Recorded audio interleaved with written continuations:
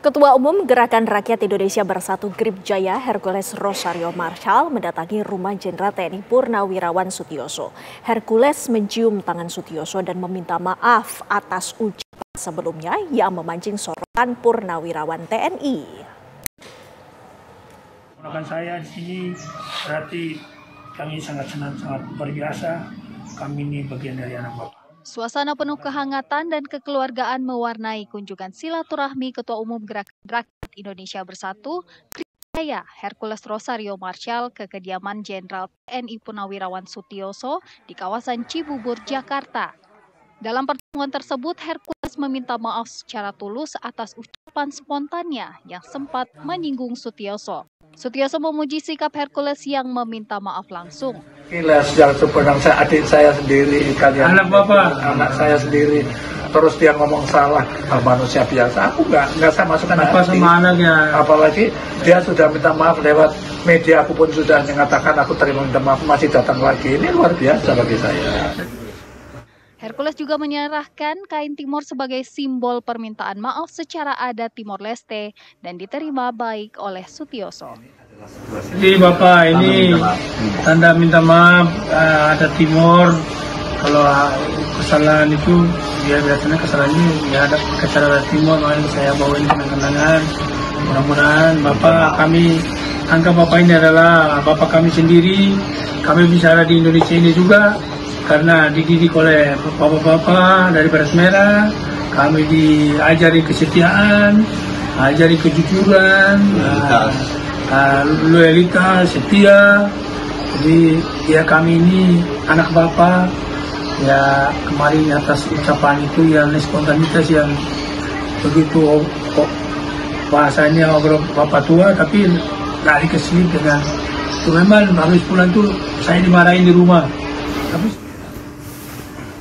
Setelah momen minta maaf, Hercules langsung mencium tangan Sutioso. Jangan lupakan janji kemarin, anggap tidak terjadi apa-apa. Kita kembali hubungan seperti ayah dan bapak. Dalam kesempatan itu, Sutioso dan Hercules saling bercerita soal perjuangan heroik Kopassus dan TBO ketika membela Timor Leste sebagai bagian dari NKRI. Dari Depok, Jawa Barat, Meli Kasna, TV One mengabarkan. Luar biasa, kami ini bagian dari anak Bapak. Terima kasih Bapak. Ya, kamu anak apa namanya? Ketua Umum GRIP Jaya Hercules akhirnya meminta maaf kepada Sutioso atas pernyataannya yang sempat memancing emosi Purnawirawan TNI. Apa yang membuat Hercules melunak hingga cium tangan ke Sutioso? Kita akan bergabung dengan Adila Saleh yang saat ini sudah bersama mantan Kepala BIN Legend TNI Purnawirawan Sutioso. Nadila, silakan. Oke pemirsa, di sore hari ini saya sudah duduk bersama dengan narasumber istimewa Kabar Petang di sore hari ini, Bang Yos, yang merupakan legend TNI Purnawirawan Sutioso. Selamat sore Bang Yos. Bang Yos, apa kabar nih Bang Yos di sore hari ini? Alhamdulillah sehat saya. Oke. Bang Yos, terima kasih tidak kamu kesini ya, ini pertama kali ya? Pertama kali Bang Yos. Bang Yos, kami ingin sedikit bercerita, berbincang terkait dengan pertemuan Bang Yos dengan Hercules di tanggal 28 Mei kemarin. Ini kami ingin tahu Bang Yos, karena publik ini mengenal Hercules sebagai sosok yang begitu keras, sosok yang lantang, tetapi perspektif dari publik tiba-tiba berubah setelah Hercules menyalami Bang Yos di hari Rabu kemarin. Ini kenapa nih tiba-tiba Hercules langsung bisa seperti itu Bang Yos? Ya itulah manusia ya, manusia itu kan apa namanya ya, pasti tidak luput dari kekurangan dan kesalahan, itu pasti pernah dilakukan itu. Nah, kan kemarin itulah contohnya ya. Jadi dia dengan tulus, ikhlas gitu ya, penuh kesadaran dia datangi rumah saya ya dengan ditemenin 6 anak-anak tim-tim juga yang memilih bergabung dengan kita ke Indonesia ya, nggak ikut Merdeka di sana gitu kan. Dan dengan penuh kesadaran dia mengucapkan kata-kata yang sangat mengharukan di depan saya ya. Itulah ya bagi saya ya, sesama anak bangsa. Lalu kita sesama Muslim ya dengan dia ya. Ya tentu saya terima dengan baik ya. Apalagi Dila ya, kalau kita mau cerita hubungan emosional saya dengan anak tim-tim ya, termasuk Hercules, Guterres ya, adalah terus saya ingat namanya Roy Lopez itu kan. Jadi kita bersama-sama itu amat panjang gitu di tim-tim itu kan ya. Kita kan dari pasukan khusus ya, Kopassus itu ya, itu selalu tidak pernah bertahan, nempel di satu tempat itu nggak pernah ya. Kita selalu dikasih sasaran baru nyerang sana gitu. Nyerang sana, artinya dari TNI kan pindah sana. Mereka terus kita bawa terus gitu kan. Nah, itu jumlahnya ribuan ya. Yang saya bawa sendiri mungkin ratusan, maksudnya seluruh TPO itu kan. Nah, tetapi kalau di pasukan kita, di Kopassus khususnya di grup Sandi Yuda itu, para TPO itu kita sebut partisan. Ya, kita sebut partisan ya, karena mereka tidak semata-mata membantu membawa logistik kita ya. Memang ada yang saya suruh bagian masak ini, bagian membawa logistik munisi dan makanan ini, tetapi ada yang langsung bertempur gitu, tak latih, tak persenjatai AK dengan yang saya pakai sama gitu. Dan mereka memang wah pemberani, contohnya Roy Lopez yang saya ceritakan tadi, dan ada momen yang sangat bersejarah yang nggak pernah saya lupakan itu gitu. Bang Yos, tapi kita juga ingin tahu sosok dari Hercules di mata Bang Yos ini seperti apa dengan sepak terjangnya Bang Yos? Ya dia kan anak yang lahir ya di era penjajahan ya. Kita kan sudah membayangkan nenek moyang kita dulu, ya ratusan tahun. Mereka sama ratusan tahun dijajah itu kayak apa sih rasanya? Kan gitu kan. Nah nenek ibu dia menderita kayak gitu. Waktu saya masuk tim-tim pertama, kesan saya itu miskin sekali, rumahnya gubuk, mereka hanya pakai sarung gitu kan ya. Itu penderitaan kan seperti itu kan. Terus kita berjuang bersama-sama dengan mereka untuk membebaskan tim-tim bergabung dengan kita. Itu kan ada pressure yang kuat juga kan gitu dalam pertempuran bersama itu kan. Itu mohon karakter ya. Namun memang kalau dia itu memang tipe yang temperamental gitu. Temperamental, mudah gosok gitu. Nah, misalnya ya dalam keadaan yang dia kondisi emosional lalu dipancing sama media, kan biasa media kan perlu jawaban yang menohok gitu kan. Gitu kan. Kita bisa sambil jalan-jalan. Iya, boleh. Gitu kan ya, sambil yang menohok gitu kan. Langsung emosinya datang kan. Ternyata dengan mengeluarkan kata-kata yang enggak senonoh lah. Nah, saat hatinya itu tenang, ya lalu dia bisa bisa ngomong dengan baik, sadar, lalu dia datangin saya itu minta maaf itu. Walaupun sudah pernah minta maaf lewat media sosial lah gitu kan. Kan pernah.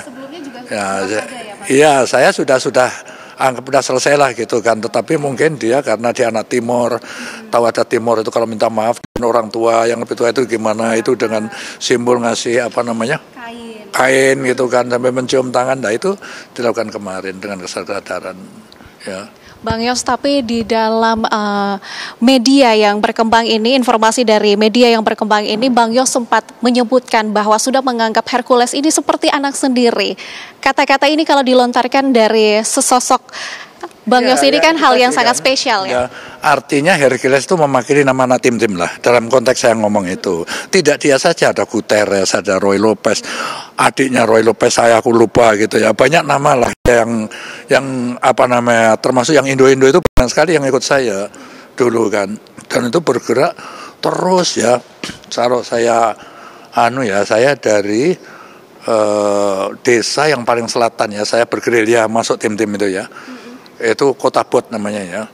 Terus suatu saat saya disuruh pindah, ini paling selatan nih, pindah paling utara, namanya Motain gitu ya. Pada saat Lopez Dakrus UDT itu terdesak dari Batu Gede, dia ke Motain, jadi nggak ada lagi. Jadi sebenarnya sudah dikuasai Fretennya semua gitu. Karena itu saya suruh pindah ke utara di Motain itu bergabung dengan Lopez Dakrus. Jadi pasukannya saya ambil alih. Dan itulah saya nyerang Balibo. Kota Batu Gede yang pertama kali kita rebut itu Batu Gede gitu. Ini gambarnya ada semua nih. Ini perebutan Batu Gede. Ya. Dan ada momen yang paling bersejarah itu ini. Dila. Ini kan. Ya. Inilah momen yang paling bersejarah ya. Di mana ini Roy Lopez, ya itu kan tak tulis partisan Umi gitu kan. Ini yang tak suruh menurunkan bendera Portugis di benteng Portugis di Batu Gede diganti merah putih gitu. Jadi ini adalah bendera merah putih pertama berkibar di tim-tim itu bendera ini. Nah terus saya bergerak kemana-mana kan saya bawa bendera itu kan karena ini ada sejarahnya kan. Ujung-ujungnya hilang, udah ngerti lagi mana, gitu. Dan ini kamu lihat ini kan, ini ya waktu di tembok Batu Lah ini nih rame-rame ini kan benteng Portugis nih. Ini kan partisan semua isinya ini. Ya kan saya tentu saja nggak hafal, ini kan kayak Indo-Indo sebanyak kali kan. Ini anak buah saya semua ini. Ini saya ini kayak gini panas sekali kan. Ya. Ini pas hari raya Idul Fitri ingat saya. Nah jadi supaya kalian paham sebelum operasi Seroja itu ada pra-operasi namanya operasi flamboyan anunya itu kodenya kan pimpinannya langsung dikendalikan Pak Beni Murdani sebagai ketua G1 Hankam itu As Intel Hankam lah kalau sekarang ya. Terus satgasnya yang di lapangan itu saat flamboyan dipimpin Kolonel Dading Balduati ya. Terus asisten operasi namanya Mayor Yusman. Nah ini timnya 3, tim Susi, tim UT, tim Umi gitu. Ini komandannya mayor semua dari angkatan 65, wakilnya semua 68. Nah di antaranya tim Umi ini komandannya Mayor Sofyan Effendi, wakilnya Sutioso gitu, aku sebagai wakil di situ. Gitu. Bang Yos, tapi banyak publik ya yang belum tahu juga kalau ternyata Bang Yos ini sempat bertugas di Timur Timur. Tentunya bertugas di sana perlu ada pembangunan relasi dengan masyarakat lokal di sana. Ini bagaimana, sejauh mana Bang Yos mengenal masyarakat lokal di Timur Timur mulai dari budaya kemudian sosial di sana? Tidak ya, supaya kamu ketahui ya di Kopassus itu ada 2 pasukan, model pasukannya, 3 lah ya. Satu namanya para komando. Dari para komando itu kayak infanteri yang lain lah. Cuman bedanya dia lebih kecil, lebih mempunyai kemampuan yang tinggi gitu. Dan dia selalu ya hit and run aja gitu kan ya. Nah yang kedua adalah pasukan namanya Sandi Yuda. Pasukan Sandi Yuda itu yang melakukan tugas-tugas intelijen. Dan waktu operasi ini operasi Sandi Yuda. Dan itu dokternya begitu. Jadi kita orang sedikit yang berangkat tidak ada tamtama, isinya hanya bintara sama perwira. Lah di sana berkembang dan putar daerah di mana-mana begitu. Di Aceh aku juga begitu, di tim-tim begitu, di Papua juga sama, selalu penduduk setempat kita gunakan. Itu yang menuntun kita kemana-mana kan mereka. Maka kita selalu sukses di situ gitu kan. Nah tentu saja mau nggak mau kan aku berdoa dengan mereka. Bahkan sebelum masuk aku membuat base camp di dekat Atambua sana di hutan tapi ya untuk latihan para partisan ini kan. Kita boleh sambil jalan-jalan. Ya oke. Ya. Ini di tim-tim ya waktu terus ini kan lalu pindah ke Aceh, ini operasi di Aceh sudah beda lagi. Pangkat saya sudah mayor ini kan. Kalau ke sana kita. Tapi Bang Yos kita juga ingin tahu pertama kali Bang Yos menginjakan kaki di Timur Timur itu gimana rasanya Bang Yos? Jadi waktu itu ya yang disusupkan itu saya sendiri, pangkat saya kapten. Saya jam 9 malam dari Magelang karena grup 2 di Magelang saya ya. Polri ini juga di sana, kita manten baru ini ceritanya kan. Saya dipanggil ke Jakarta gitu. Ya pertama aku mikir masalah apa aku dipanggil, ternyata langsung dipanggil Pak Beni untuk melakukan tugas operasi penyelidikan di tim-tim gitu. Jadi saya sendiri waktu itu nyusup ke tim-tim juga. Bang Yos, tapi kita juga ingin tahu tugas dari Hercules saat Bang Yos bertugas di sana ini apa sih, Bang Yos? Nah gini ya, saya akan cerita tadi kan partisan itu kan banyak, ya. Jadi tidak hanya Hercules saja, dan Hercules bukan ikut matuk tim saya, bukan. Tim yang lain yang berikutnya saya nggak tahu. Mungkin juga sama Mayor Prabowo ya, waktu itu presiden kita pangkatnya Mayor kan. Mungkin juga dengan dia, aku nggak tahu lah ya. Tetapi kan hubungan emosional itu kan aku nggak bisa membedakan lagi lah. Anak bekas di sana aku sudah kumpul lama begitu ya. Sangat semuanya anak saya sendiri. Termasuk tadi ya ada salah, udah biasa lah. Apalagi sudah minta maaf, apalagi selesai lah. Gitu kan, gitu. Jadi memang amat dalam itu. Kenaan hubungan emosional antara kita dan dia. Ya bayangin aja kan, makan bareng, tidur bareng. Kalau kita diserang rame-rame kita juga tembak-menembak bareng kayak begitu bagaimana kan, nggak kan gitu kan. Dan banyak yang mati gugur, apakah TNI, apakah juga partisan kan, ada juga yang mati kan mereka kan, yang ikut bertempur langsung kayak dengan saya ya seperti ini. Nah supaya Anda tahu semua, kok bisa Bang Yos mengumpulkan foto-foto perang kayak gini. Ya, ini dari ini Pak Jumario ini wartawan perang, dia sudah almarhum waktu bikin museum ini. Lalu saya pinjam album sama sama anaknya gitu, ini saya reproduksi. Kan karena kamu mesti pangling kan, aku masa kayak gini nih aku ini kan. Ini kalau ini pas pakaian dinas ini kapten banget ya kan. Ini gitu rambutnya gondrong ya. Bang Yos, untuk pengalaman di Timur Timur ini sendiri, apakah ada pengalaman ataupun kisah-kisah yang memang sampai saat ini Bang Yos tidak pernah bisa lupakan gitu Bang Yos? Ya pastilah gitu, pasti banget ya. Karena ya ini kan operasi sudah 50 tahun ya, jadi saya boleh cerita lah gitu. Anak tim-tim yang ikut saya juga tahu semua ini kan gitu kan. Jadi waktu satu saat kita masuk secara fisik gitu ya, kita kan masuk ke negara orang lain. Waktu itu kan itu negara Portugis, bagian Portugis, masanya kan itu kan. Jadi oleh karena itu kita juga lalu meninggalkan atribut militer saya semua. Kita adalah sukarelawan. Sukarelawan jadi bergabung juga kan banyak sukarelawan yang pro Indonesia ya, terutama dari APODT ya. Terus saya ceritakan akhirnya UDT gabung kita, Kota Trabalista gabung kita. Jadi satu pihak lain ada Fretilin yang udah di dalam gitu kan. Nah kita memang ingin merebut lagi itu sukarelawan kan. Dengan sukarelawan kan bawakan banyak anak tim juga. Jadi kita ingin merebut itu kan. Nah tetapi yang saya ceritakan tadi, saya kan didislokasikannya itu kan yang paling selatan kan, Kota Bot itu. Jadi masuknya kota yang paling dekat itu adalah Suwe. Yang dekat jaraknya padahal 60 kilo dari batas. Kalau tim lain yang saya sebut tadi, tim Tuti sama tim Susi, itu kan di pinggir Maliana, Balipo itu berapa kilo balik lagi ke Indonesia. Nah saya setelah menyerang Suwe itu ya, asrama militer yang saya serang sama asrama polisi namanya Skundaldina sama asrama Tropas itu ya. Itu kan tengah dini hari ya, jam 1 pagi lah. Saya serbu habis-habisan. Kita kan biasa habis hit and run kita kan kembali ke Indonesia. Nah saat itu ternyata setelah saya cek di titik kumpul lagi ya, titik kumpul harus kembali ke situ, saya cek kan gitu kan, laporannya 2 hilang ya, terpisah dengan kita, lalu 4 luka gitu kan itu ya. Nah yang hilang ini cerita singkat Nadila ya. Yang tingkat singkatnya padahal anak itu udah ditaruh sama dan timnya kan, kamu di sini karena media yang sulit kan, nyari teman. Waktu di situ dia sudah pindah, akhirnya anak ini ketangkep dan digantung, anak ini digantung hidup-hidup ya. Terus yang satu ini sendirian, dia lepas dari tim tetapi bisa pulang ke Indonesia sendiri itu kan. Nah yang 4 bagaimana? 4 kan padahal perintahnya kan kalau memang memberatkan gerakanmu untuk menyelamatkan pasukan lebih besar ya kamu selesaikan saja. Maksudnya diapain? Diselesaikan saja itu maksudnya diapain? Iya, gitu. Nyatanya aku nggak tega kan. Tapi aku berusaha keras. Aku terpaksa lakukan kalau aku nggak bisa. Aku minta di evakuasi dengan helikopter. Bayangkan tuh helikopternya yang ada di atas itu helikopter sipil. Kita saya dari Pertamina, pilotnya juga sipil. Bagaimana dia berani akhirnya jemput aku dengan kepungan musuh kayak begitu? Itu kan cerita mana bisa saya lupakan. Dan akhirnya 4 orang ini berhasil saya selamatkan, ceritanya gitu. Oke Bang Yos, tapi terakhir ini kita juga ingin mengetahui pesan-pesan Bang Yos untuk ormas-ormas organisasi masyarakat yang ada di luar sana. Singkat saja Pak Yos. Jadi aku sudah juga titipkan sama Hercules kemarin. Hercules, kamu ini adalah sekarang komandan. Ya, komandan yang mempunyai anak buah banyak. Saya dulu panglima hanya puluhan ribu, kalau sekarang kamu punya anak buah jutaan di semua daerah. Nah di dalam organisasi apapun itu, apakah militer, apa polisi, apa pemerintahan sipil, pasti ada oknum gitu yang membuat kesalahan tingkah laku yang mungkin melanggar hukum, mungkin juga memalukan gitu.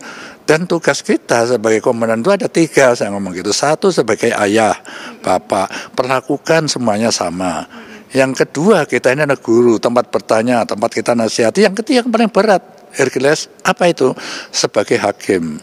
Jadi kita harus menghukum anak buah yang salah untuk menyelamatkan organisasi yang lebih besar, organisasi yang kamu pimpin.